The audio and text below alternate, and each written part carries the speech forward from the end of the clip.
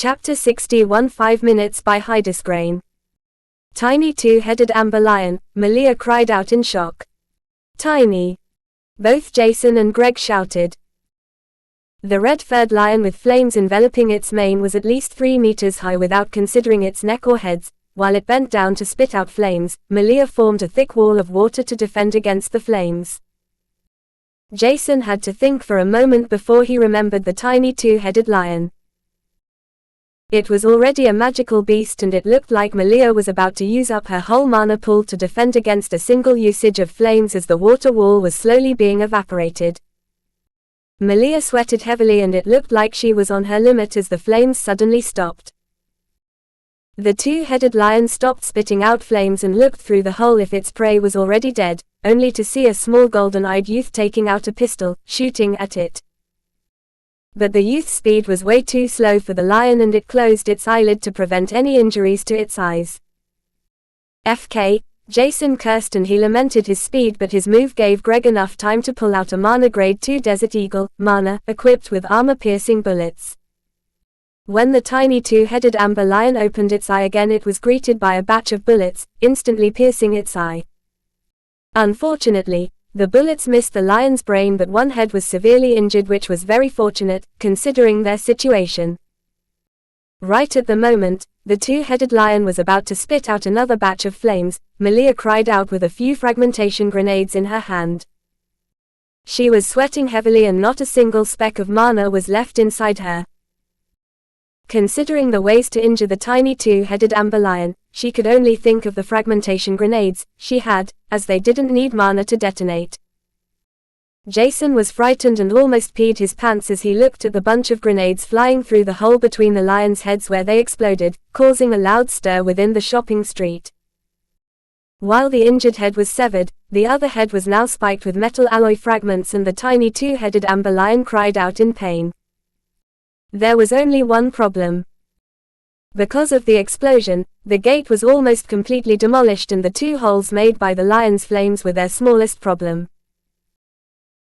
While the lion seemed to be on its deathbed, another few beasts noticed that and a group of evolved ranked hyenas stormed towards the dying lion, killing it, while receiving heavy casualties, with 10 hyenas getting burned, as they began feasting on the tiny two-headed amber lion that was still hanging on its life. Jason, Greg, and Malia knew that they had to remain calm now and not say anything, because the more time passed, the better, when one of the middle graders suddenly cried out in fright after he saw the hyenas killing and tearing apart the lion carcass. **HD The three youths thought at the same time, and Greg, who wasn't the smartest even though, that he couldn't be compared to such a low IQ brickhead. There were around 20 evolved thick-skinned hyenas, with their specialty having a thick skin in front of them, gobbling down the lion meat. Jason's normal bullets would be useless and he switched out the magazine to armor-piercing bullets as fast as he could, while Greg shot at the hyenas who noticed the human group inside the torn safety room gate. The lion corpse wouldn't give them enough food and nutrition for all of them, and humans were delicious snacks, causing around 10 hyenas to switch their attention to them. Malia wasn't scared to fight them and she shot out 5 water jets which blew apart 5 hyenas without leaving much of their body in one piece. But this was the most she was able to do, as her legs gave in from mana overexertion. The hyenas cried in agony, and everything that happened over the last minute attracted more and more attention, which could be considered the worst-case scenario. They had to hold out slightly less than 4 minutes, but Malia's mana pool was completely dried up and she could only use non-mana operated weapons. Greg still had some reserves left and his Desert Eagle was shooting out bullets as if its magazine was infinite, killing one beast after another.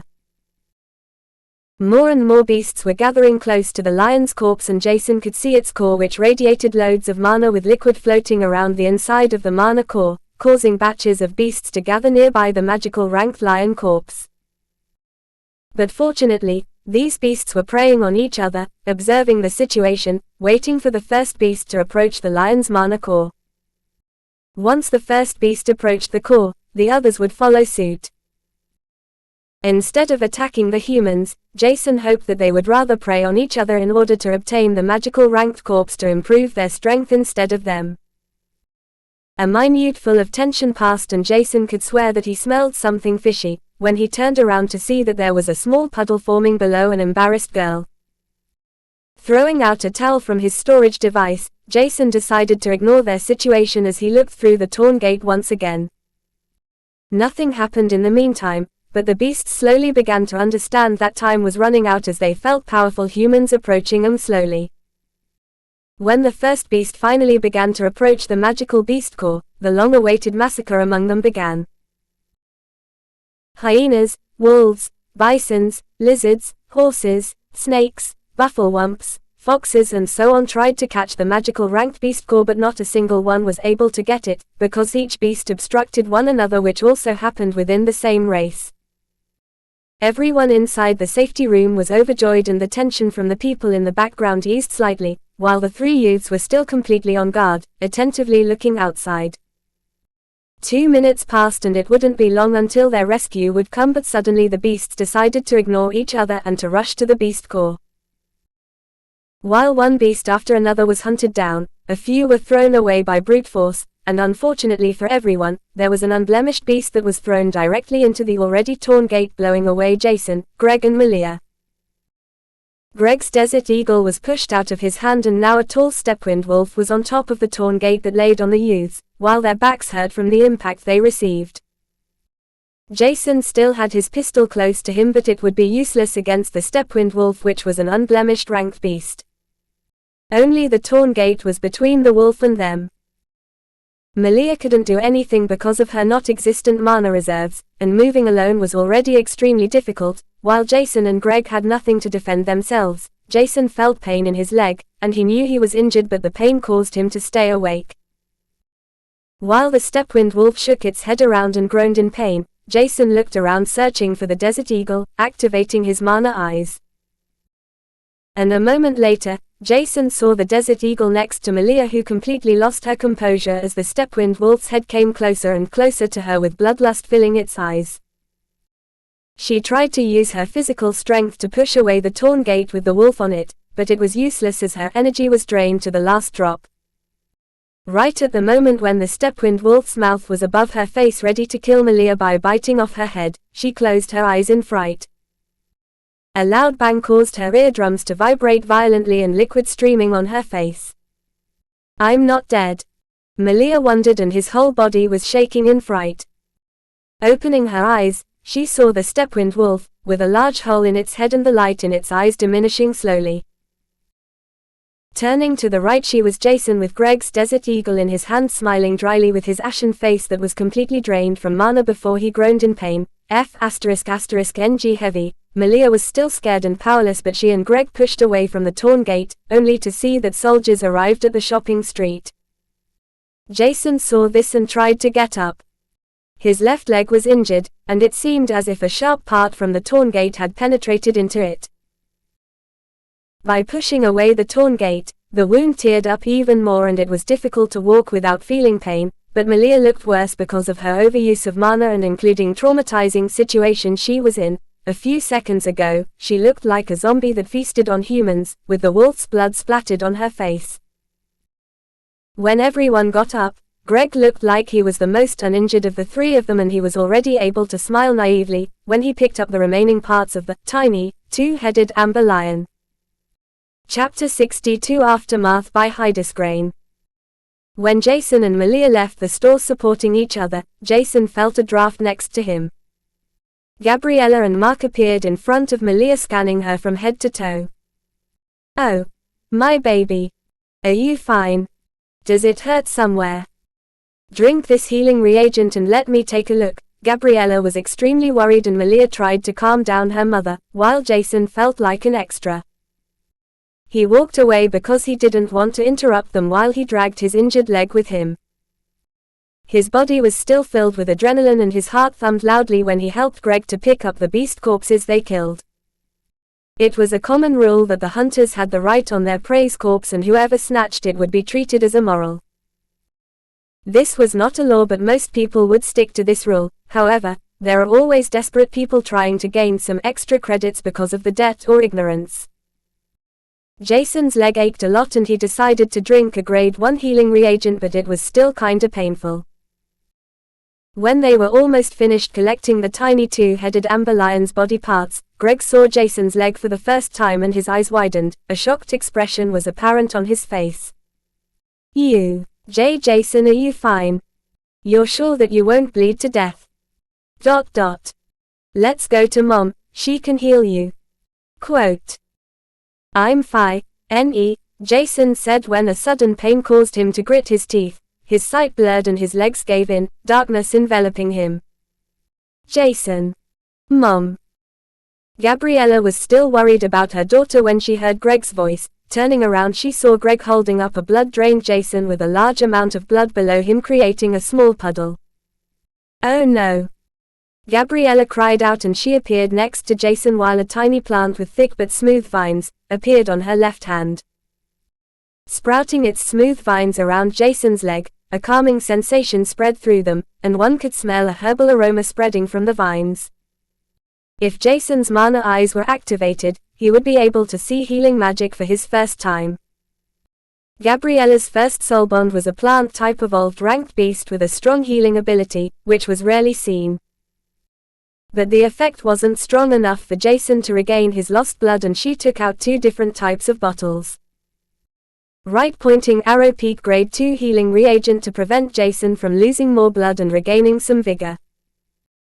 Right pointing arrow grade 1 blood formation reagent to strengthen Jason's blood and increase his blood regeneration. The blood formation reagent was only a grade 1 potion because Jason couldn't handle the effects of the grade 2 reagent, and furthermore, Gabriella and Mark didn't have a grade 2 blood formation reagent to begin with, because it had to be made out of blood essence from rare beasts. Jason's face regained some color, but he was still not able to regain his consciousness. Hours later, Jason wasn't sure when he woke up, but he felt refreshed and full of vigor when he opened up his eyes. He could see a large bedroom with expensive furniture around him and wondered where he was.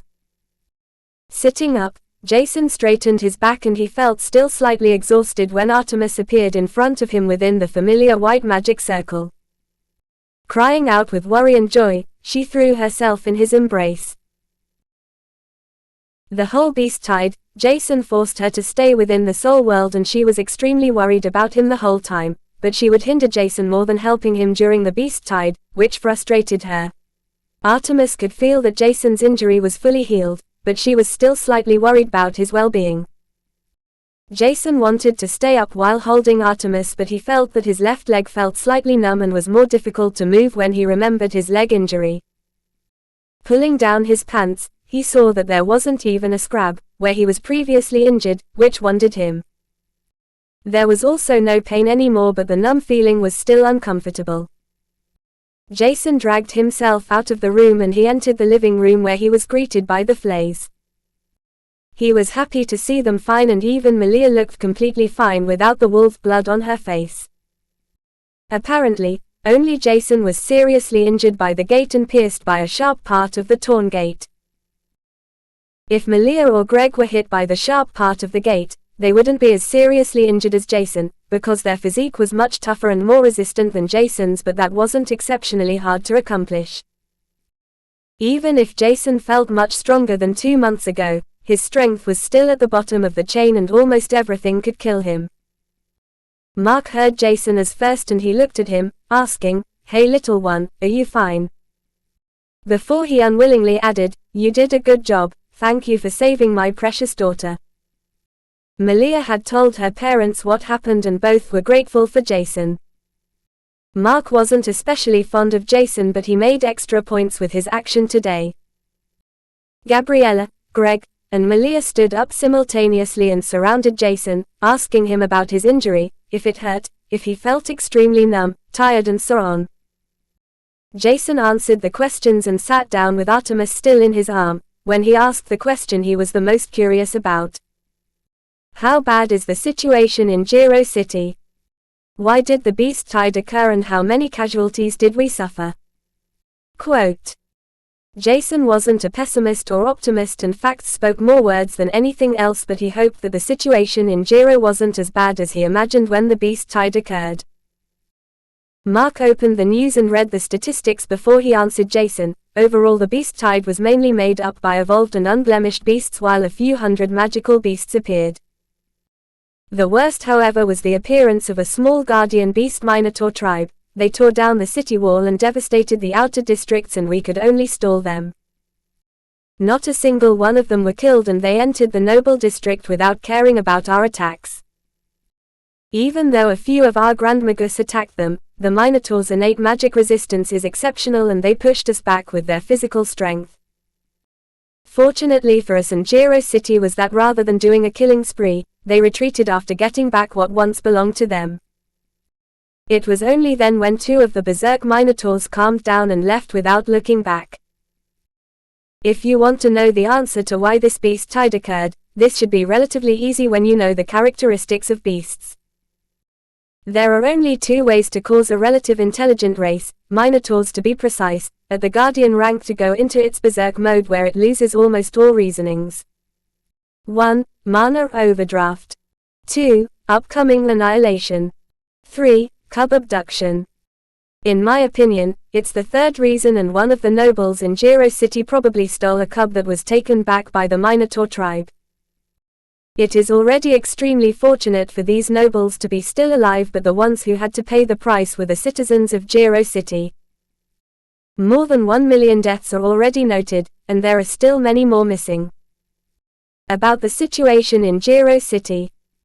The citizens are scared and panicking while the government tries to calm down the masses as well as possible. Looking at the streets and devastated districts with the destroyed buildings, including reinforced skyscrapers caused by the Minotaur's physical enhanced charges, the materialistic loss is extremely high. I'm glad that all of you survived and it's fortunate that you only sustained a small injury. Considering your weak physique and mana core rank, it is already good that you survived the beast tide. To be honest, it's quite shameful to get informed that over 1 million people died. This beast tide was made up of a few million beasts, but most humans are higher ranked and at least at the expert rank, and it's illogical that they died without being able to defend themselves. While these citizens died, the military acted too slow and caused too many flying beasts to enter the city. Concluding everything, it's dog's tea what happened here. F***K, Jason listened carefully to Mark and he was rational talking about the whole situation until the end, and with his last sentence he erupted and a small sound wave caused everyone's hairs to blow back while their ears hurt. Honey. What did I tell you? Control your emotions. Gabriella could only shout because she couldn't hear anything and the whole situation turned quite awkward. The one who was the most hurt was Artemis, and she cried out and entered Jason's soul world after glaring at Mark. Chapter 63 Persuading to lose more money by Hydesgrain. When Jason could hear something again, he asked where they were, what happened to the fox cubs and the scaled wolf. Gabriella reassured Jason that everything was fine with the lesser elemental foxes and that all of them were sold. Previously Jason thought that Mark would only be able to sell half of the fox cubs, but apparently, the beast merchant found quite a lot of middle school graduates that were in a dire need of elemental beasts for their first contract, and the fox cubs came to the perfect timing, while the scaled wolf was the best of them. Mark only sold all of the fox cubs to this merchant because he received an additional large tip due to the large number of fox cubs. Jason hoped the fox cubs were fine and survived the beast tide, but even if he knew, there wasn't much he could change now, so he decided to change the subject. When are we going to depart? Do we have to wait for something or can we continue our trip to Jiro City tomorrow? Quote. We should be able to continue our trip tomorrow, but we can arrive a lot faster because we can change our vehicle to our high-speed flying shuttle. It will only take 4 hours with it because we fly almost straight through 1 and 2 star wild zones without flying beasts in a high altitude without any detours. Even if they were a few awakened beasts flying through the sky, they would be ripped apart before they could see us. Gabriella said confidently with a hunch of pride behind covered in her words. But shouldn't you guys do something else first? You guys killed a magical beast and a few other rare beasts. Even if the two-headed amber lion was ripped apart, the core and other important parts are still sellable and worth quite a lot. Greg's storage space has an integrated perseverance function and Greg said the liver looked fine. A few nobles would probably pay a mountain of credits to get the liver of a two-headed amber lion, which is said to be one of the best as transplantation. Not forgetting the beast core. Magical beast cores can be fed to one of your soul bonds and maybe their potential or fire ability can increase. Greg took out the magical beast core, which was red in color, and inside one could see a small flame vigorously moving around. Jason activated his mana eyes and he was overwhelmed by the huge compressed amount of mana inside the core. Is that a drop of mana liquid? Jason thought, and he was reminded of the first time he saw the mana core during the beast breakout. For humans, if they wanted to enter the Magus rank, they had to compress their mana as much as possible before converting it into liquid. This compression would first purify one's mana core before it would metamorph one's body. While the mana would be compressed, new space for even more mana would be left inside the mana core, and it was said that the more mana was compressed into a liquid, the stronger were one's attacks. Jason found the cultivation system quite weird. From novice right-pointing arrow, adept right-pointing arrow, expert right-pointing arrow, master rank 1 would increase the size of one's mana core while expelling impurities. From then on, one would convert the gaseous mana into liquid and reach the continuing rank called Magus. And from Jason's knowledge, it was said that the more drops of mana liquid one possessed, the higher was one's level and rank. Right-pointing arrow, to reach the rank of a Grand Magus, one would only need 30% of his mana core filled with mana liquid, and so on. Converting mana into liquid was said to be extremely difficult because the focus and accuracy needed was more than most could do, while the amount of mana was as much as a mountain, which was also the first point for most humans, the first major obstacle right-pointing arrow reaching the Magus rank. Before, Jason had also wondered why these methods were divided like this and which rank came after Grand Magus, but there was no need for him to think about that now. The only thing he had to know was that without resources, his speed would only slow down, and to get more resources, Jason had to enter dangerous wild zones or even forbidden zones, battle zones, and so on. Greg looked at Malia, who gave him a signal with her eyes, and Greg threw the magical beast core to Jason, who had a hard time catching the core because he was still deep in thoughts. "You can take it," Greg said, and Malia approved his decision. Jason was dumbfounded but grateful, and he didn't reject the magical beast core. Asking Artemis if she could come out again, a white magical circle appeared before Jason and Artemis jumped out of it.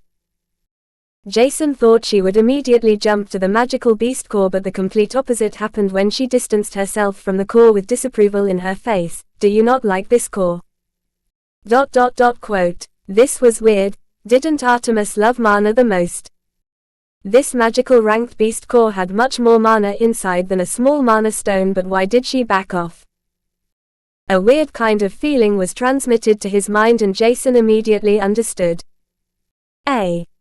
Is it possible to trade magical beast cores against other elements? Jason asked with an apologetic expression. Apparently, Artemis wasn't suitable for the fire elemental magical beast core, and she hated this kind of mana. She transmitted Jason a picture of an ice cube and the feeling of it, and he understood what she wanted.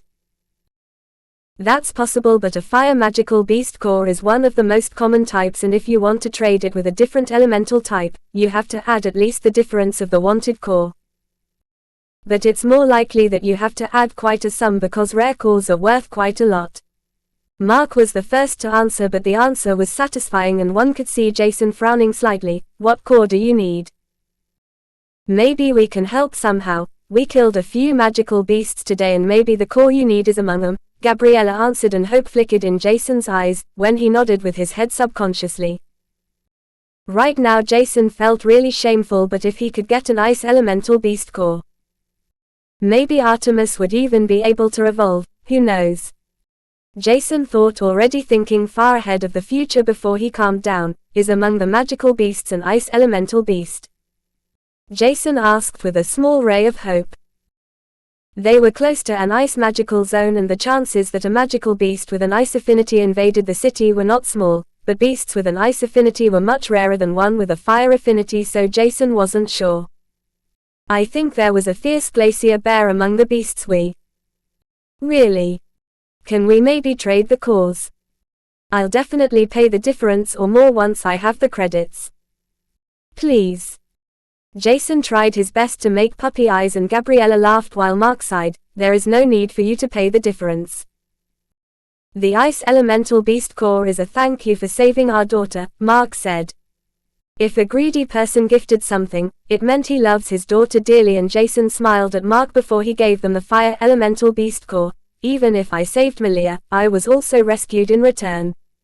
I don't like owing favors. Please accept the core and tell me the difference between the two cores' price." Jason was adamant, but Mark was also stubborn, and in the end, they agreed that Jason didn't have to pay the difference while they exchanged cores. Mark was astonished about himself. Did I try to persuade Jason to give him my money? The Ice Elemental Core was extremely cold and had the size of a small fist, and Artemis jumped at the core and opened up her beak as much as possible, squeezing the core down before Jason was able to do something. While everyone's eyes widened in shock, "She wouldn't explode, right?" was what everyone thought. Chapter 64 Evolution by Hydesgrain. Artemis' belly bulged and she looked at Jason before a magic circle appeared below her and she appeared in his soul word. Wait. She won't die, right? Why did she gulp down the magical ranked beast core now? How should a 3-star wild beast be able to digest such ferocious mana? Let's go to a professional, maybe she can receive some help, before it's too late. Malia jumped up and Gabriella followed suit. After them, Greg also jumped up, following them, and even Mark stood up while Jason was still sitting at the table. "What are you doing, Jason? Do you want your soulbond to die?" Malia shouted with anger in her voice, and the others looked also concerned. "That's not needed," Jason said calmly, before looking into his soul world where a white cocoon covered Artemis. He felt that she was fine and small snowflakes surrounded the white cocoon. Each step he took closer to her felt a few degrees colder, and Jason distances himself once again. Jason decided to leave his soul world and he smiled, still sitting at the table with 4 pairs of eyes looking at him with various emotions. "Not needed." Greg was the first one to come back to his senses. "Yeah. She can take it. I think she is evolving," Jason answered, still smiling.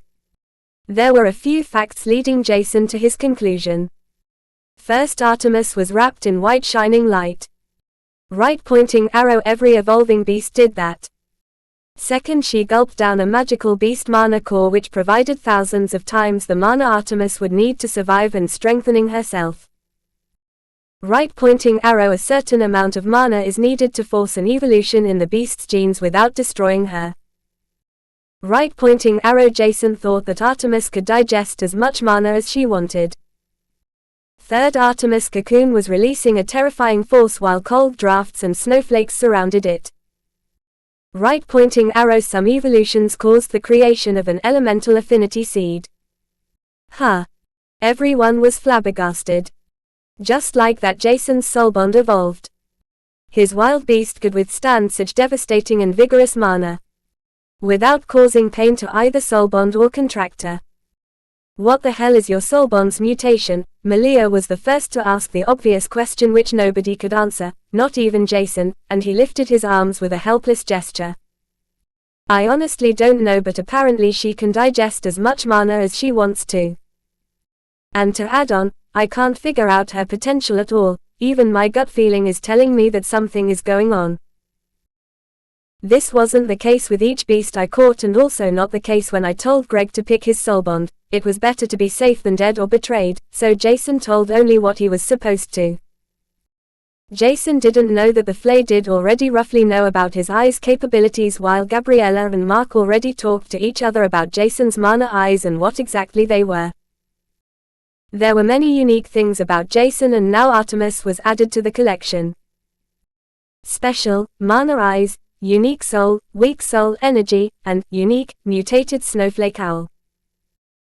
Jason was a mysterious character to them, but he was gentle, friendly, loyal as he saved Malia even though he was seriously injured, and a friend of Greg and now apparently even Malia. They believed Jason wouldn't betray them, and the two of them decided to wait for Jason to tell them about his past or his eyes' special effect more in detail. After that, the Flays sat down at the table once again, to discuss their schedule for the next day. When they dispersed, Jason went into his room to practice the heaven-hell technique before he looked at Artemis for some time. Afterward, Jason watched multiple videos about the dual mastery modification of the Azure Feisty Ape technique before he switched to the Beastarium with its characteristic to look at certain areas with its residing beasts inside. Jason selected Syro City as the main spot while the different wild zones were projected. He could select one and every beast inside this wild zone would be detailed except a few rare and dangerous ones without much information. Important for Jason was that there was no one-star wild zone, which meant the weakest beast Jason could use to practice would be an awakened ranked beast. This caused Jason to frown deeply and he questioned himself if he would be able to defeat an awakened beast without Artemis as his support. Killing awakened beasts without Artemis' help seemed impossible at the moment, as combining his strength with his weapons and combat prowess was not enough. Today, Jason understood again that his strength had to increase much faster. Because he had already slept much, Jason decided to absorb mana throughout the night, and his determination to break into the next level as soon as possible was ignited. Injecting mana into his mana core consisted of simple steps. Sensing the mana in the surroundings and absorb it, before circling the foreign mana throughout the main mana channels within the body. Once a large circle was finished, the mana could be annexed and injected into the body. The better one's mana control, sensitivity, surrounding mana density, determination and focus was, the faster one could get stronger. The whole night passed and Jason only stopped circulating his mana to practice the Heaven's Hell technique. With Jason's understanding, Artemis would evolve into a low awakened beast at the worst, and the weakest awakened beast had soul energy of at least 11 units. 1-star beasts needed 1 unit, 2-star right pointing arrow 2 units, 3-star right pointing arrow 4 units, 4-star beasts, greater than 6 units, right pointing arrow 5-star beasts right pointing arrow 10 units on average, while it varied for each race, but a soul power of 11 would be the worst of the worst for an awakened beast to possess. Right now Jason's soul energy was at around 5.4 while he got around 1.4 shared from Artemis. This meant his own soul energy was approximately 4 points after breaking through 4 levels of his mana core rank and painstakingly practicing Heaven's Hell technique's first level 3 times a day for weeks. Based on the assumption that Artemis would evolve into a low awakened ranked beast with soul energy of 11 and his shared amount of, Jason had to increase his own soul energy by at least 3.5 points. This was the best outcome, not including the fact that Jason didn't know when Artemis would finish her evolution. And his gut feeling told him that Artemis' soul energy wouldn't be 11 and rather higher. Being in a contract with a soul bond with higher soul energy than oneself could end disastrously because they weren't forced to obey the orders of their contractors. If a beast were to disregard the contractor's will, everything could be endangered. A few years ago in the news, there was a report about a beast obtaining exceptionally high soul energy after evolving. Unfortunately, this beast killed its contractor, and one could only say that raising high potential beasts since birth was better than raising a beast with high potential when it had already matured, as its instincts were apparent and hard to control. Controlling beasts with lower soul energy was still possible, even though it could be difficult sometimes under the will of their wild instincts, but one was powerless against beasts with higher soul energy. Nevertheless, Jason was confident that Artemis wouldn't hurt him, but playing everything safe was still better. Determined to increase his overall capabilities, Jason finished his solidification in the morning, before he practiced the Heaven's Hell technique and went down to eat breakfast. Chapter 65 One incident after another by Hydesgrain. Everyone was already sitting at the table, and fortunately, there wasn't a nightgown accident with Malia this time, and the atmosphere was splendid. After eating breakfast, Jason followed the others outside the apartment, and it seemed as if they were at a big hotel.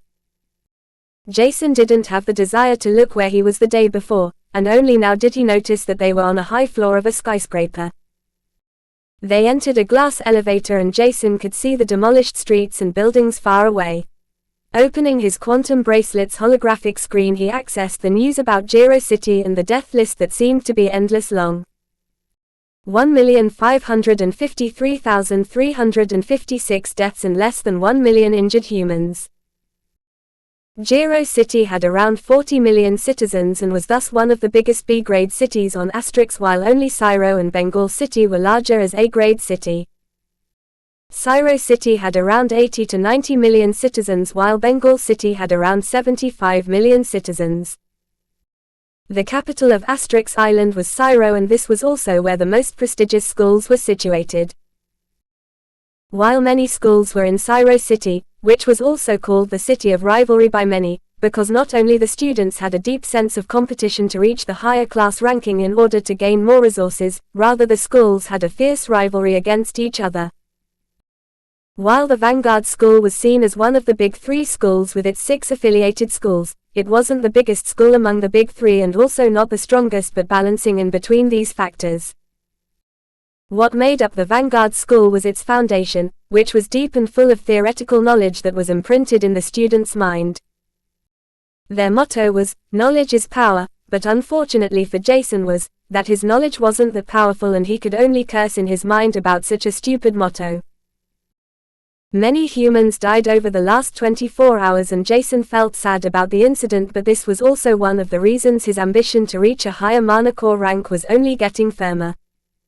Cowardly dying. F***ku beasts and nobles. L***k my boots. I won't die. Jason cursed out inwardly and he felt that his mind was getting more and more stable. Only a few minutes later, they arrived outside and Mark summoned a dark red sporty-looking limousine with a length of more than 6 meters in front of them. Somehow this limousine looked even more expensive than the hovering truck, and Jason saw the mana radiating from the car and he immediately knew that it was made out of magical ranked beast remains at the worst. While stepping inside, Jason was astonished about the futuristic interior, and it looked very technologically advanced with a large screen in the front, a fridge at the side, and beverages inside. It was very spacious inside the limousine and sitting down felt extremely comfortable as Jason wondered if he would sleep in, once he stopped focusing as Jason was pushed inside. Looking around, even Greg and Malia felt very relaxed and Gabriella had to smile when she saw Jason's amazed face. Jason, just that you know, this peak grade 2 flying limousine was made out of Urazen hoarding metal beasts, which are rare magical beasts. Urazen alone is already a precious metal, but once hoarded by a metal beast, the purity and mana conductivity increased by a large margin. This causes the limousine to reach a much higher speed. And to be honest, this car is our most treasured asset as well as the most expensive one, hee. Oh, how expensive was it? Jason listened and he was curious about the price. He knew that the Flays were rich, but he wanted to know how expensive their most expensive asset was, and Jason listened impatiently. We paid with high-grade mana stones and other magical treasures, but converted. It should be around 100 star notes. Jason looked dumbfounded and confused, not knowing what star notes were. Oh. Right. You don't know anything about star notes. Credits are mostly used for smaller businesses while star notes represent the more expensive currency. 100 million credits are equivalent to 1 star note. So we paid 10 trillion credits for this limousine. Above Jason, a wormhole opened and his soul vanished into thin air while he looked completely stupefied at Gabriella. 10 trillion credits. Jason wasn't able to close his mouth and Gabriella started to chuckle. She wanted to brag a little bit about her baby, but she didn't think Jason would react like this. Let's go, honey, she said and turned around to Mark, who immediately started the engine. This morning, they applied for a flying permit from the AI, which they easily received, and now the limousine began to ascend into the air. Jason was looking outside the window, still dumbfounded, when he was pressed into Greg by the sudden acceleration of the flying limousine. Nausea and the desire to vomit were Jason's smallest problem right now because he was pressed on Greg, which wasn't really comfortable. Malia had formed a small membrane of mana around her and chuckled while Greg pushed Jason gentle away from him while laughing. Sorry, you are not my type, bro. You are also not my type, musclehead. Jason shouted because he was embarrassed. How should he know that the limousine would reach such a terrifying speed? Jason wasn't even able to determine where they exactly were, as he could only barely make out the landscape outside the window. The only thing Jason could see was blurry colors of brown, green, white, and red. Which one did Jason? How fast is this car that I can't see anything at all with my eyesight? But thinking about the price, Jason understood the situation completely. The limousine had to be extremely fast, but it was probably not very endurable with this speed, because it looked like they made a big detour to avoid 4-star zones and most 3-star zones with many flying beasts. After trying to find a nice position to sit in, Jason decided to enter his soul world to run away from the awkward situation with Greg and Malia on each side next to him. Somehow Jason was always between two of them, and it didn't feel bad to be surrounded by friends. He forgot about the previous situation as fast as he forgot Malia's nightgown incident as entered the soul world. His soul energy was at 5.4 units, while the natural production of the whole energy took around 6 hours, which was around 4 times faster than what most souls innately recovered over a whole day. Refining his soul energy, Jason felt that his soul world was insignificantly increasing in size, and Jason was joyful. Before leaving, he looked at the white cocoon with snow floating around it with a gentle smile.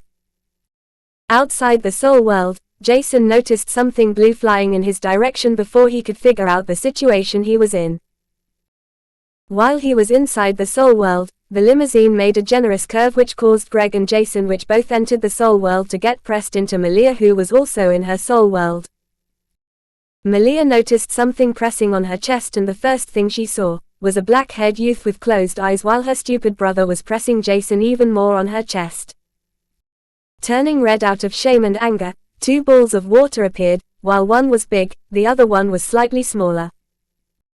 The big ball of water was shot into Greg's face with a high velocity, while the small ball was thrown into Jason's face, who opened his eyes right before the ball appeared.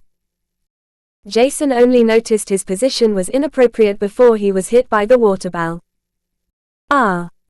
Jason and Greg cried out at the same time while holding their wet head. Chapter 66: Arrival by Hydesgrain. The next few hours were awkward and embarrassing, and Jason tried to focus on his passive mana replenishing proficiency. Greg wasn't aware of what happened, and he took out a few mana stones to gather mana into his mana core. Hours passed and the flying car slowed down by a significant amount, which was noticed by everyone.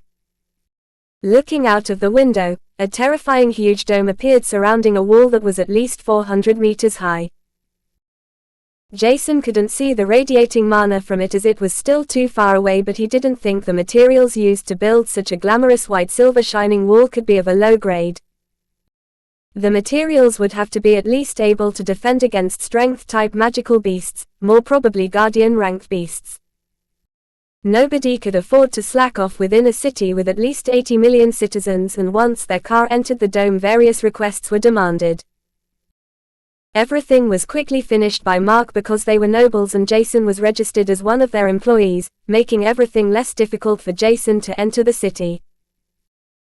The flying car's speed decelerated even more, and they had to use the driving mode once they reached a certain radius because it was not allowed to fly inside the city without special certification due to various reasons.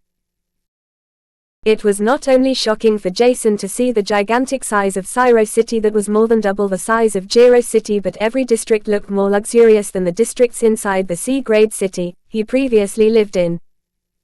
Driving on the 30 meters width main road, Jason looked around to see that everything was radiating mana, even the concrete below him. Mana with some kind of dots was radiated from it, and Jason guessed it was a durability reagent inside the concrete, making it long-lasting, which was apparently quite common in higher-graded cities. Jason couldn't sense the mana of the city because they were sitting in the peak grade 2 flying car that hindered mana from leaking out of the car but also prevented mana from getting inside because it could obstruct one in gathering one's mana, but he was able to see the mana streams and his eyes shined in a greedy light. Upon looking down, Jason screamed out as he was forced to deactivate his mana eyes with blood pouring out of them due to the thing he saw. Oh my f******. What is that? Quote.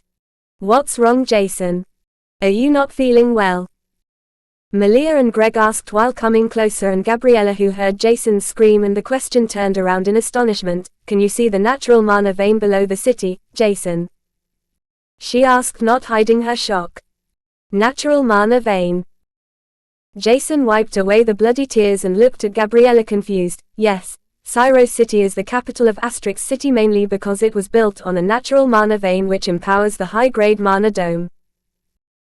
This is attractive for humans and beasts at the same time, and normally many high-ranked beasts would attack this city because of its innate high mana density, but the specialized high-ranked beast repellent which we use on a daily basis, terrifies most higher-ranked beasts, while the beasts below the magical rank can't even sense the mana vein at all. But even if these beasts aren't scared by the repellent, you don't have to be scared. Because of the high mana density, many powerhouses reside here to defend the city with its citizens. Over the last 100 years since this city exists, there has not been one time where beasts broke through the wall in front of you. It looks like you can't handle looking directly at the mana vein, which would be a considerable achievement, to begin with. Just try avoiding looking at it for now. Maybe you'll be able to look at it once you get stronger, but for now don't look at it, okay? Gabriella seemed to be concerned about Jason's health, as such he could only nod. Okay. Jason looked up and began using his mana eyes again because he was just too curious, and without looking through the ground, everything should be fine. He wanted to know what these weird colors were Jason saw right next to the mana vein, but he was too scared to try it again. But from his shallow experience he gained over the last few weeks, Jason thought that the color had to do something with a living being. Until now Jason had only seen colors radiating from beasts and the holy white Barusi fruit. The main problem was that there were even colors among them Jason had never seen before, and goosebumps appeared all over his body while he tried hard to review the situation again. Are these beasts or plants? They weren't moving and the mana looked calm, but I couldn't see it for a long time and it was very vague. Scary. Sighing, Jason decided to try it later again, when he increased his rank, because now it would be comparable to a suicide. Nice welcome present, thanks Syros City. They continued driving for more than an hour until they reached the outer area of the noble district that seemed to look oddly normal. Many houses could be seen and they drove for a while along the street until they stopped at a 3-story tall house with an unimpressive aura spreading out of it, compared to their previous house and the houses they saw before.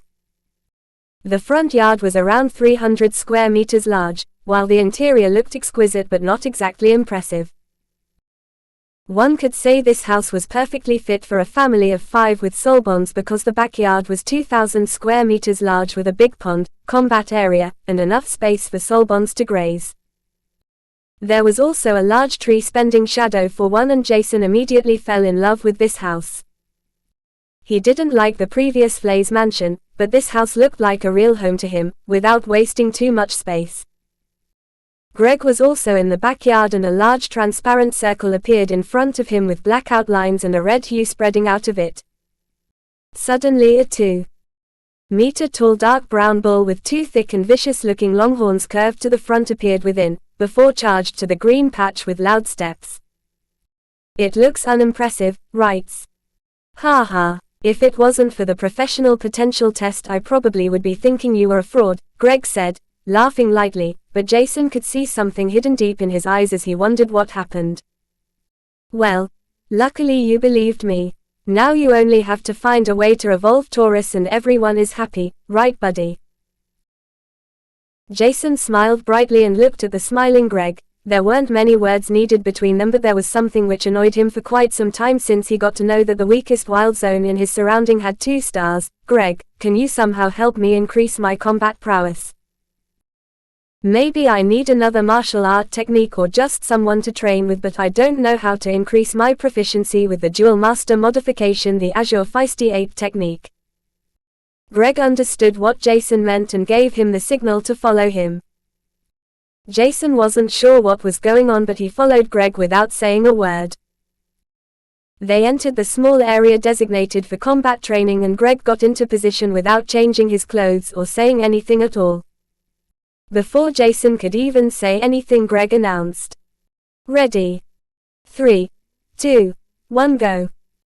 Greg restricted his strength to Jason's level, but his speed seemed extremely fast, as Greg appeared in front of the unguarded Jason within a second.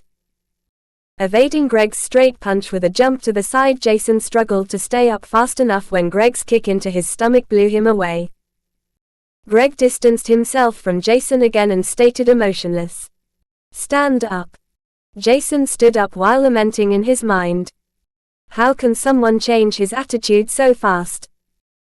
Chapter 67, Getting to Know the Soul Bonds by Hydesgrain. Quite some time passed and Jason's face was filled with bumps and bruises when Greg explained his weaknesses. To put it simple, your foundation is lacking because you practiced a tierless martial art without properly training your body. Even if your proficiency with the Azure Feisty Ape technique reached the third stage, also called experienced mastery, once your body can't follow your train of thoughts, you're doomed. I can see in that your eyes can easily follow my movements and predict where I will hit you, but your body is too slow with its more cumbersome movements. As a recommendation, I would give you the tip to change your martial art technique as the first thing to do. A modified technique is not as strong as an original, because some important sequences have to be changed to adjust a weaponless martial art into one with weapons. Later, I can look into our storage, if we have a gradeless basic foundation dual dagger mastery martial arts technique. If not, we can purchase it. Furthermore, you should use weights while training every muscle in your body.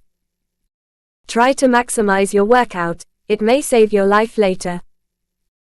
Jason was amazed about Greg's seriousness, which he hadn't seen before, and he nodded full of ambition even if his whole body hurt. During his spar with Greg, he noticed that he was really weak and his foundation couldn't be considered good. Wondering how he had killed 5-star wild beasts, Jason was thankful for his luck and other advantages. Furthermore, Jason noted that his body adjusted itself slowly while sparring with Greg, and maybe if he continued to spar, he might be getting stronger really fast. Unfortunately, Greg was also behind others in his mana core rank, which he had to catch up fast, so he wouldn't have much time for Jason. "Thank you, Greg," Jason said happily, full of gratitude when he noticed a few strong mana fluctuations. Turning around, he could see 9 magic circles in front of Malia, Greg, and Gabriella. In front of Malia appeared 2 magic circles, one large dark red flickering and a blue shining magic circle. Out of the blue shining magic circle appeared a miniature humanoid girl with wings on her back and blue hair, while out of the dark red flickering magic circle jumped a pitch black colored horse with a dark red fire as its mane end. Above its hooves were also flames enveloping a small part of its legs, and when Jason saw its eyes, he got goosebumps because they were pitch black. This fairy is cute and probably at the peak of the evolved rank, but what the HL is wrong with this horse? Is that a nightmare horse? And it's still at the unblemished rank, only slightly apart from entering the magical rank. Not bad, but still scary. Jason asked himself, shivering slightly when a few beasts jumped out of the magic circles in front of Mark. Mark had 3 magic circles in front of him, while one was a small light red one, a large red heat-hazed one, and a small faint green one that was even smaller than Artemis' magic circle. Out of the small magic circle flew a small bat with its miniature stature. While its body was black, the eyes and ears were in a jade color, and it looked around, listening to the sounds, before it jumped towards Mark. The small light red magic circle summoned a red-colored monkey with a brown belly and a small amber-colored horn in the middle of the forehead, while a 10-meter-long python with a burning tail appeared inside the large red heat-hazed magic circle. Mark's first contracted beast was a peak-awakened ranked amber-horned monkey. And the other 2 are a magical ranked mutated miniature bad and a magical ranked inferno python. Whoa! Jason knew that Mark contracted good beasts, but that his second soulbond was already a magical beast, which was definitely above average on Asterix. Maybe he had to wait a long time until he got enough soul power to bind this magical beast. He is really patient, but Jason knew that Mark had used up all his slots for his soul bonds, and it looked like the potential of his bonds were already used up. Mark could only increase his strength by increasing his mana core rank and not by contracting another beast. Jason knew Gabriella was stronger than Mark, and the 4 magic circles in front of her proved him right. There were 2 purple magic circles enveloped in lightning, while the other 2 magic circles looked somewhat gentle and nice. Out of the purple magic circles jumped a 15-meter-long python and a large wolf enveloped in lightning. Jason was more expectant on the other 2 magic circles, and a somehow familiar beast appeared inside the small whitish magic circle. It was a plant looking like a bell, while out of the larger whitish magic circle appeared a calm white curved horned sheep. Jason had heard about healing beasts, and one of the more common ones was a sanctification bellflower, which was a late evolved sentient plant that is also categorized into the beast section. The wolf is also called Vicious Thunderwolf and is a late unblemished beast, while the Thunder Python looked somehow similar to the Inferno Python, while both of them are at the magical rank.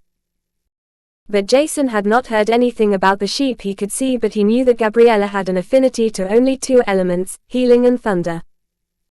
As such, the sheep needed to have something to do with healing, and Jason called it Unveiling Curved Horned Sheep.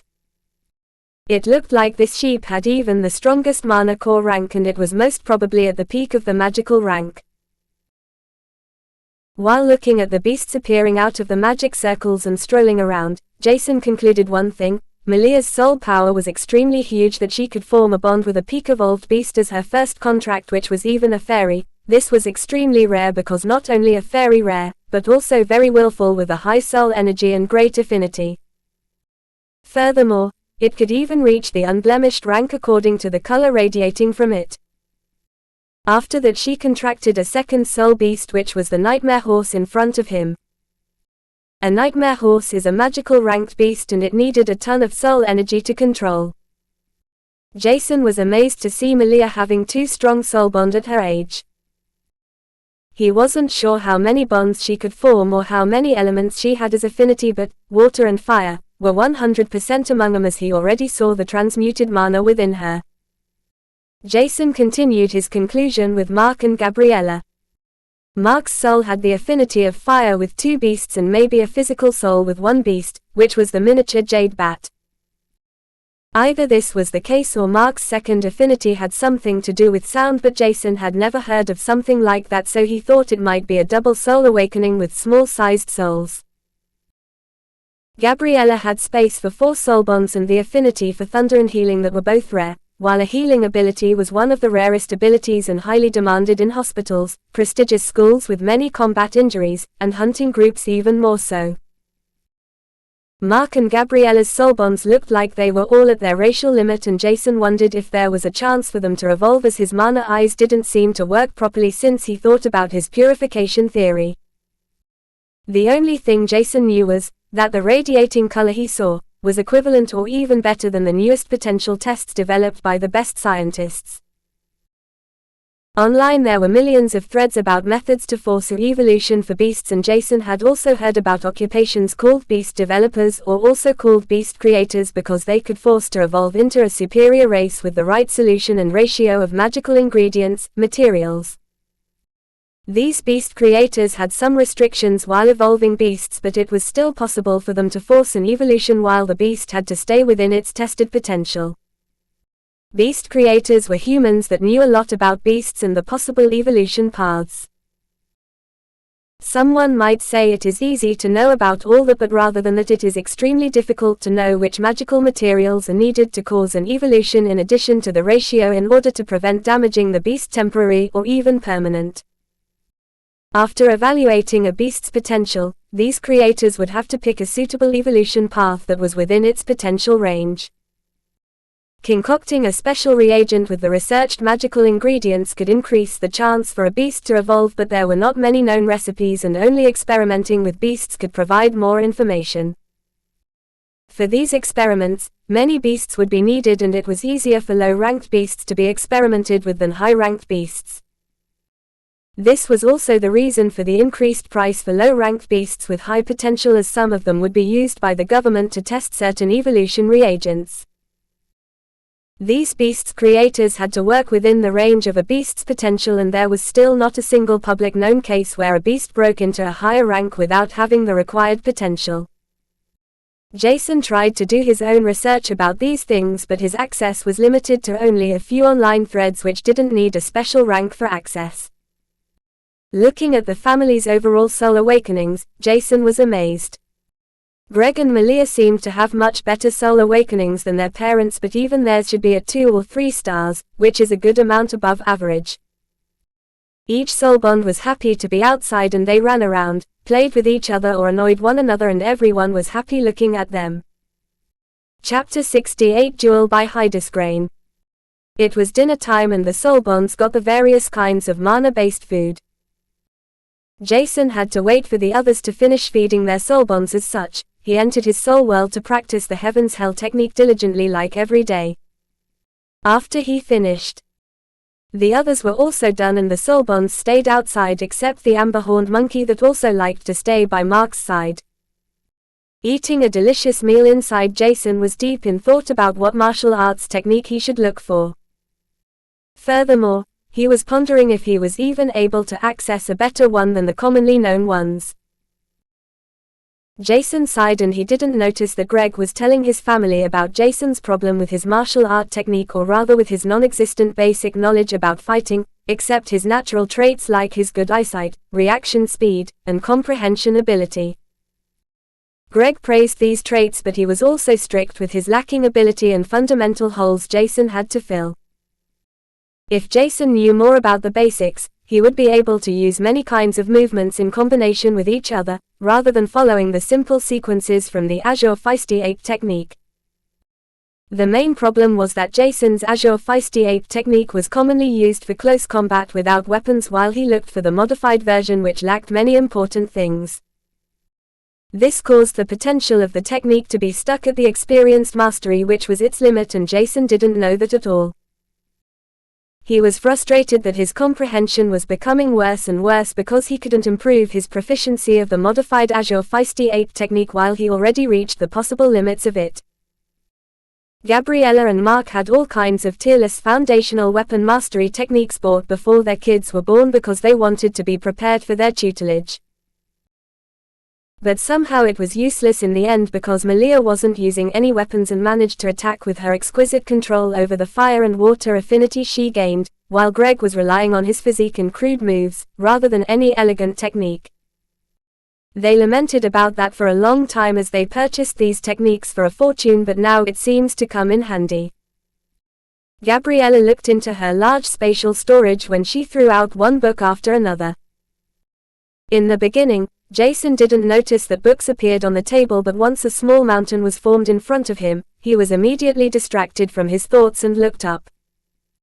Looking at the manuals in front of him, he was confused. But reading the names, he became curious. Fundamental Dagger Guide, Fundamental Dual Dagger Guide, Fundamental Archery Guide, Fundamental Close Combat Guide, Basic Body Exercises, Basic Mana Exercise, Basic Mana Manipulation Guide, Basic Passive Mana Gathering Guide, Basic Combat Stance Manual, Rookie Weapon Mastery, Rookie Dagger Mastery. There were at least 50 books in front of Jason, and each of them had interesting titles. Looking at Gabriella and Mark, Gabriella nodded while Mark grumbled, "Use them." Mark was still slightly somewhat uncomfortable around Jason, but he warmed up slowly and Jason jumped up joyful, thanking him sincerely with small tears in his eyes. "Thank you, Aunt, Uncle. Oh. Hey. I'm Maya, N. I'm sorry." Jason wasn't aware of what he said in the beginning, but noticing that he called the Flays Aunt and Uncle, he was immediately shocked about his stupidity.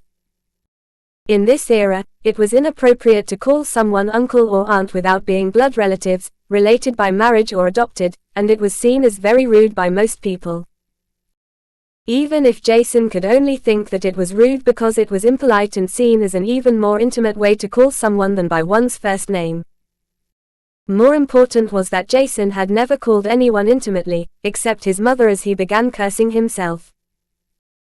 There was a short moment of silence in the whole room until Gabriella smiled brightly, shattering the awkwardness while chuckling heartily before she told Jason, "I've never been called aunt, it is nice to hear. Just call me auntie, but if you want to do that, you've to remember that you are seen as a part of our family." Since you called us aunt and uncle, you have to take responsibility, she said while chuckling. Mark was looking slightly frustrated at Jason before he turned to his wife with an odd gaze.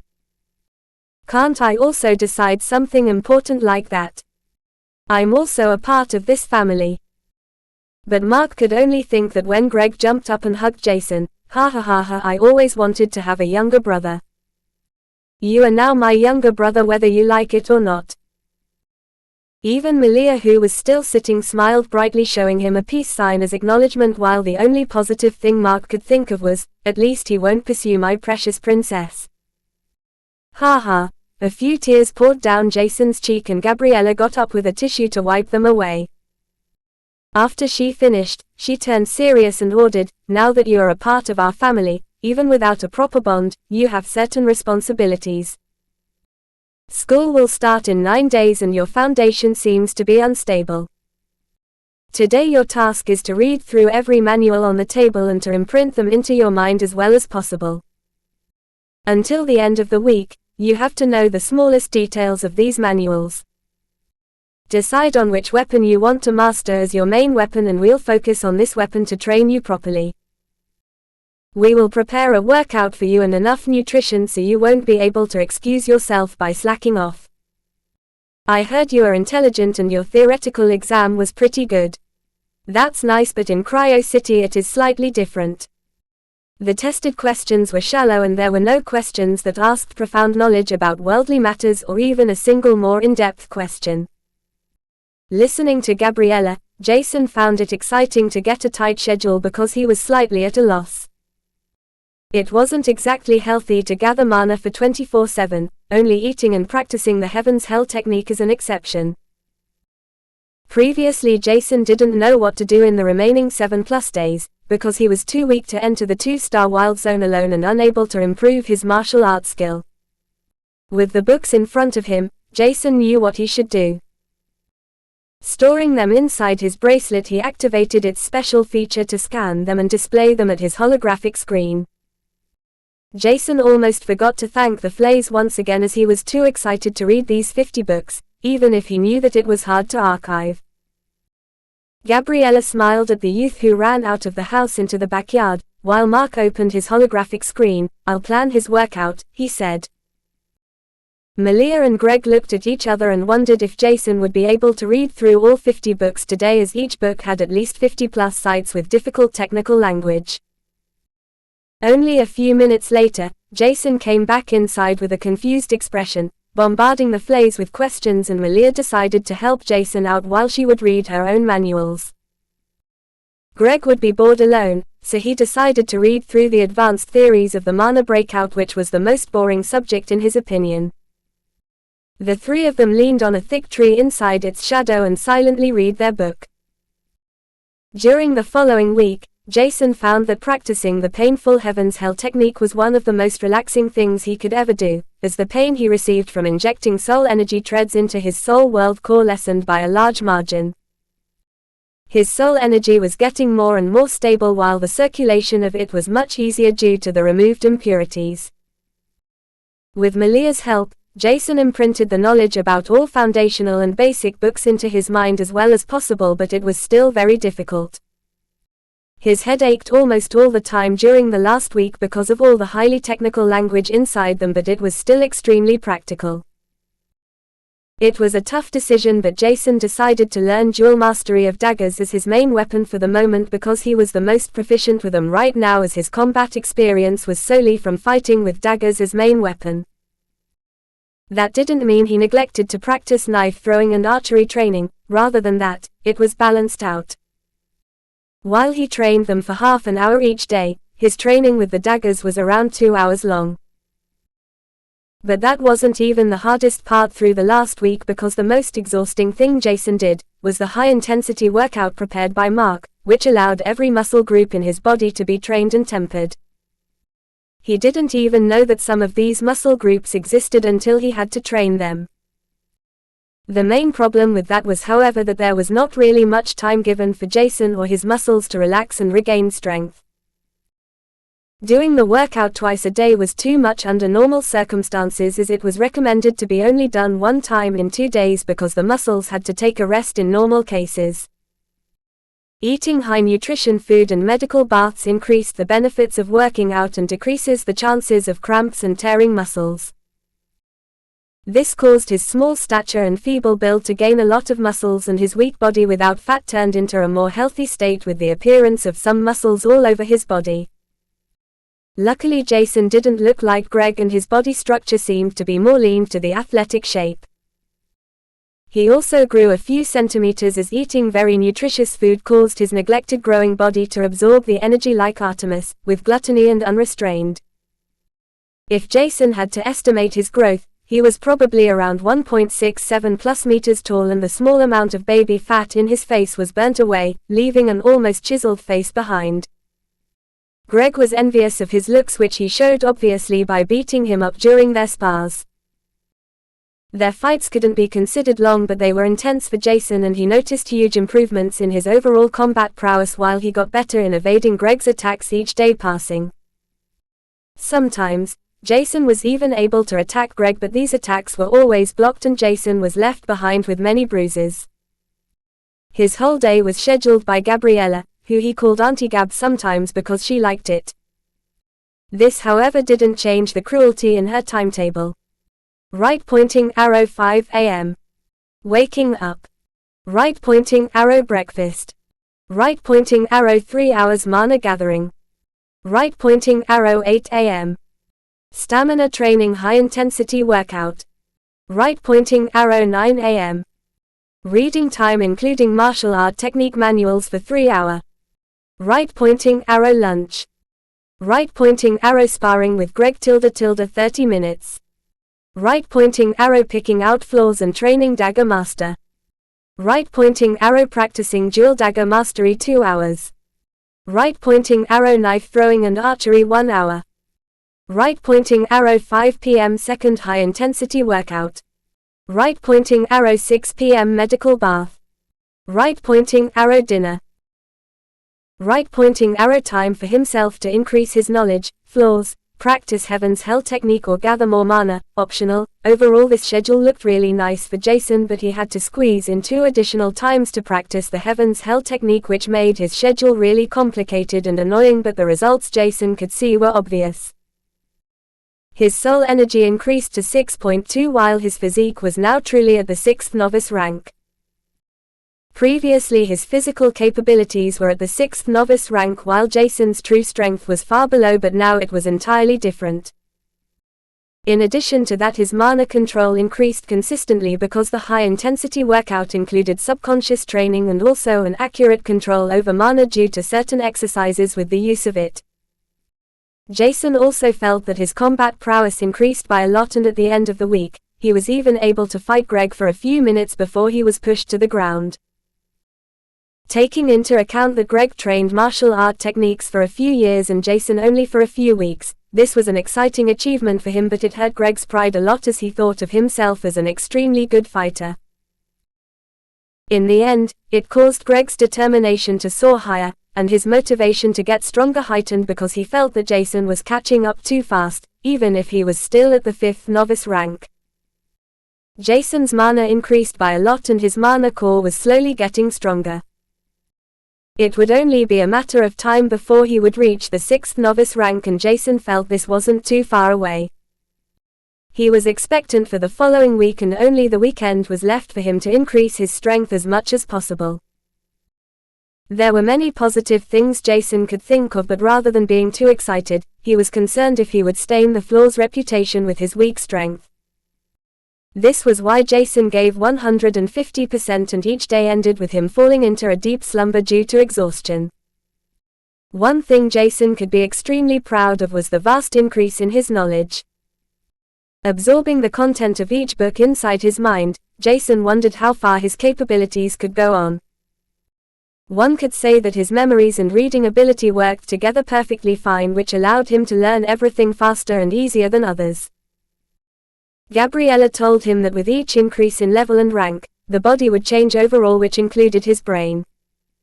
That means the higher his level and rank were, the smarter ones would be. This however didn't mean each human was equal smart. Having a theoretical final exam result with full marks, Jason was still only at the first novice rank, while the other students at the 8th novice rank or higher couldn't do that even if they learned for a longer time. Most students didn't focus on knowledge as much as he did, but in his opinion, knowledge was the strongest might on Argos, followed by actual strength. Tactics, martial art techniques, technology, beast creators, alchemy, blacksmithing, and much more was invented and developed by smart people and not crude muscleheads who used their fists to smash each other's heads. The weekend passed using the present schedule, and Jason fell into dreamless sleep midnight Sunday. Chapter 70 High School by Hydesgrain. Jason's inner clock woke him up at 5 a.m., which he was already used to after the strenuous week he had gone through. That was because he wanted to practice the Heaven's Hell technique as early as possible before reading some more. After everything was finished, he would eat breakfast and go into school for his first day. With his soul energy reaching 6.5 units, Jason was satisfied as it was increasing faster and faster with each day passing. Greg had already told him about Vanguard's affiliated school's average strength some time ago, but rather than fully trusting him, Jason decided to make his own research in the morning. This was only possible because Jason received permission to enter the school website this morning where he could access the students' basic profiles. Each student could enter the school website and set their profile to private, causing their mana core rank, age, and so on to be hidden, but Jason would be able to see at least the average strength from some of his future classmates and seniors. After looking at the profiles of his future classmates, Jason began to frown deeply. Each of Vanguard's 6 affiliated schools accepted more than 15,000 students each year, while the Vanguard school accepted at least 10,000 students. This meant the Vanguard school with its branches accepted 100,000 students, which astonished Jason a lot. But after thinking for a while, Jason understood that each of Cyro's schools accepted only the best students inside Asterix Island, except the ones who got accepted because of nobility rights or other hidden doors. Asterix inhabitant around 300 million humans, and each year around 10 million babies are born in the last few years. Considering the fact that most of them are born into poor families, their education is rather poor and they can't be provided with decent resources to rank up their mana core or at least contract a good soul bond. These poor youths can be deducted from the 10 million due to their low chance to enter one of the big 3 schools in Cyro City or their affiliated schools. There were always exceptions who fought against their forecast fate and demonstrated incredible results in their exams or awaken a unique soul with 3 stars or more. While there are many poor people out there, this was not everything, as many youths can be raised with high-quality resources in order to establish an extremely high-qualitative foundation. Jason was one of the lucky ones who entered one of the 6 affiliated schools through a hidden door, but it looked like he wasn't the only one. There were a few who looked like they didn't meet the requirement even if Jason couldn't see their soul awakening. It looked like they got either a scholarship because of their soul awakening or thanks to a noble who decided to support these kids due to whatever possible reason. Some nobles take in innocent children with great soul awakenings to nurture them and make them into their slaves with a soul contract. A soul contract was a tricky subject within society. Once a soul contract is formed, one cannot break it. If one were to break a soul contract, her soul will immediately shatter and one will lose the soul world, soul bonds, and each benefit from it. After that, you'll be only left with your mana core, without the ability to use affinities ever again.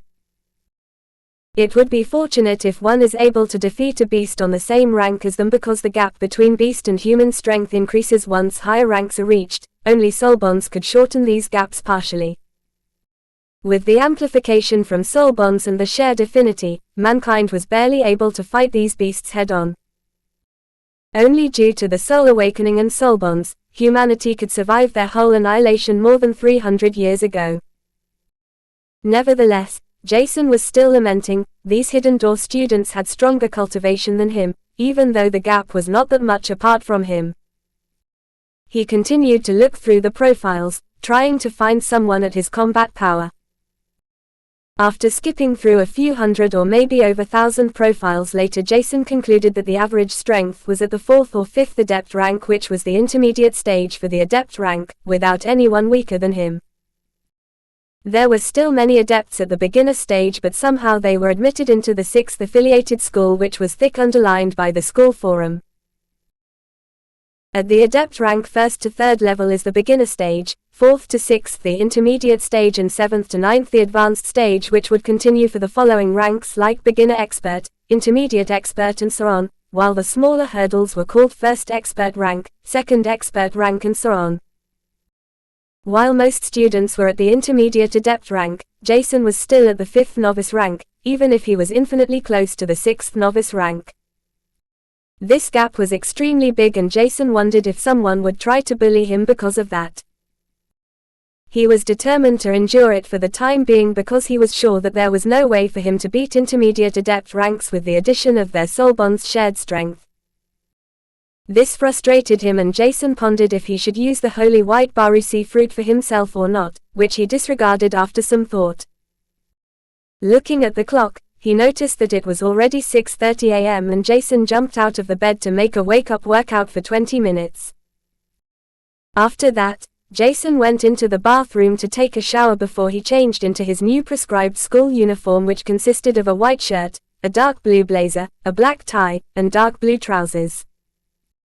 The dark blue blazer was outlined with black color, and one could see a golden brocaded open book, representing the Vanguard symbol, embedded on his right chest. Above the book were small letters and weapons floating, symbolizing the power of knowledge and its equality to strength, which most schools and people were criticizing. Even though it was the Vanguard school's motto, Jason was sure that most students didn't really care about it, as learning for theoretical things was not something many would want to do in their free time if one could absorb mana, hone martial arts skills, or do other more important things at the same time. Jason wore the perfectly fitting uniform, and it was hardly possible to say that he looked hideous, rather than that he looked incredibly handsome right now. His black hair had grown a little bit longer, and he wanted to trim them on the sides a little bit, while his hair in the front was already covering his eyes at some spots. But these golden eyes couldn't really be covered as they shone through the thin hair. In the end, Jason received his haircut from Gabriella, who did it for all her family members as she liked to do it. Because Gabriella did it, instead of Jason himself, he received a decent haircut and could be shown to the public once again. Looking into the mirror, Jason himself didn't know what to say, and Gabriella shrieked like a little girl seeing Jason. Mark and Greg were looking at him weirdly while Malia scanned Jason from head to toe, thinking in her mind, He, finally, I have a handsome brother. Am I allowed to boast with his looks? KKK. Over the last week, Malia had accepted Jason as her family member, or rather as her brother. She completely threw away her fluttering heart, with the chance of getting such a cute and handsome brother. She found him handsome and all that. But he was too young for her, and after making up her mind, she noticed that the incidents that occurred in the past were obviously embarrassing, and not only because Jason was it. Malia convinced herself that she would react like that to every stranger, and decided to cut the possibility to catch feelings for Jason completely. But it was easier said than done, as Jason was not only hardworking but also extremely handsome and smart.